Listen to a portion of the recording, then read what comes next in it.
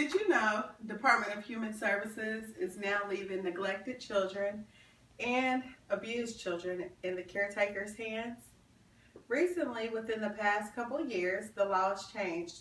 In 2013, the law changed to where DHS hands are tied, and when it comes to the children, they are now told to leave the children in the hands of the caretakers and give them ample opportunity to correct the problem that led to the referral to begin with. I'm going to give you a screenshot of 2006 when my children were removed. In 2006, I kind of let, the wrong person stay in my home, and some things happened and it led the police to my home. Well, although they didn't find anything, well, the guy that I let live with me, they wasn't too happy of him. Let's just put it that way.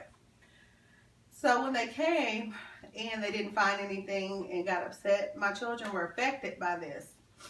So my children were placed in DHS custody. At that point in time, I was given a treatment plan because I didn't want to lose my children. So I began to complete this treatment plan that I was given, where we had to do family counseling. We also had to do role therapy, to where we had to be watched, interacting with one another. We had to do role play, where I would allow the children to be the mother and I'll be the child. And they just give you various things to do on this list, to include parenting class. Now, your parenting classes, the first 8 weeks is called a responsibility course. The responsibility course is to allow you to take responsibility for whatever the reason was that led to the removal of your children. When you get to the next course, which is nurturing, that course is 15 weeks long. Once you complete that, you've completed parenting class. But until you've completed both, you've not completed parenting class. Although I did everything they asked me to do, I kind of hung with the wrong people, which kind of took a detour in my case. So when I hung with the wrong people, my children were at that point affected once again, because they started out living with a foster care placement. They moved from foster care placement, from a shelter to foster care placement, then to a family relative. There's different types of foster care homes, just so you get a better idea of what the different types of foster placement is. There's kinship placement, where your children obviously knows the other party, you're related in some manner, which that will fall up into a kinship.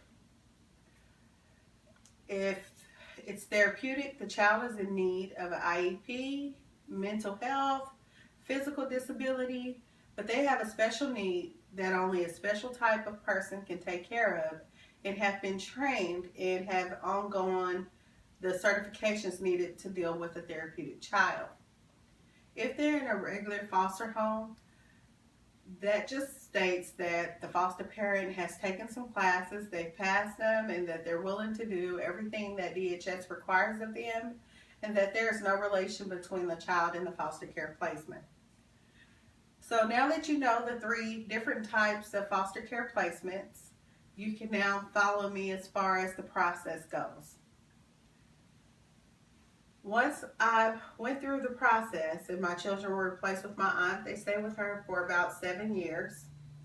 In 7 years, I went to court and they wanted me to sign over my rights. At that point, I was a little bit stubborn. I wasn't too quick to give in, and I wasn't too quick just to listen to what they were telling me. So as I continued to think, I just kind of let it go. I walked out on the situation, had a little minor breakdown. My children were, at that point, a ward of the state. This means that it can go one of 2 ways. Yes, if the caretaker agrees to keep them, they can become the adoptive parent. It's still up to the judge. It can be a random person. You don't know. But the thing about it is, with the adoption, is we want to make sure these adoption parents are in it for the right reasons. We want to make sure that they have the child's interest at heart when they take these children. Now we're faced with shelters closing around the United States. We're faced with at least 75. We're in need of foster parents, something terribly. And now, because we don't have enough placements to place the newborns up to 9 months old, the Department of Human Services is advertising, basically. Not only are they advertising, but they're going to the media. They're going to the newspapers. They're posting it on their websites. They need help. They need more foster homes. We need more foster homes that's going to do right by these children. We need foster homes that if a parent can't or choose not to do what they want or should do for their child, we need a foster parent that's going to stand in the gap for that child and actually be there and not leave that child and help them through whatever the situation might be. The shelters that are closing is leaving limited space for DHS to have to deal with certain situations. I spoke with a DHS worker, and she told me that she felt like their hands are tied because they don't have the same type of power they used to. Now, since they don't have that power, they're kind of required to leave the children in the home for a little while, at least. But after now, you don't get 3 years to try to do what you have to do for your children. They start out with 3 months. If they don't see you doing what you're supposed to do in 3 months, they move toward adoption. So that leads me to the point of who's going to step in the gap? What's going to happen to our children that's out here now? And since we don't have enough foster parents, can we get anyone to step up for these newborns and help raise a child? A child deserves a chance too. We can't just throw a child in the midst and say, hey, it's all your fault, or there's no better resources to turn to. We have to give that child an option that that child wasn't given before.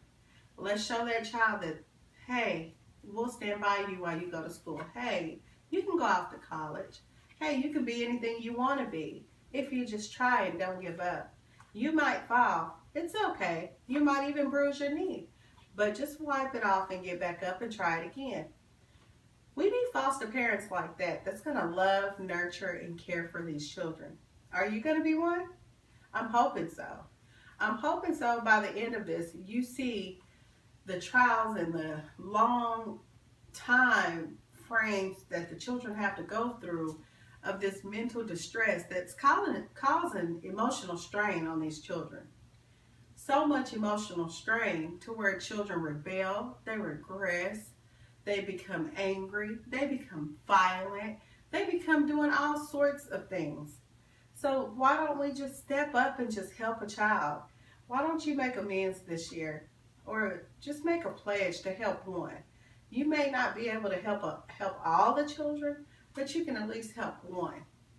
So my goal for you today is, and I challenge each and every one of you, just go to Oklahoma DHS and apply to be a foster parent if you're not already one.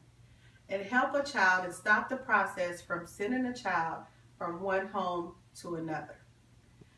If you have any information, you can get more information on foster care by going to www.okdhs.org/foster. As far as the parental rights are concerned, if you have more information or need more information or need any more clarification on it, you can go to www.childwelfare.gov.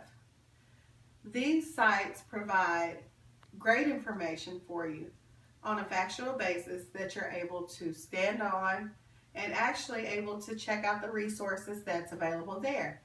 You're also able to look at the available links if you wish to get started with foster care parenting, or be a part of a child's life.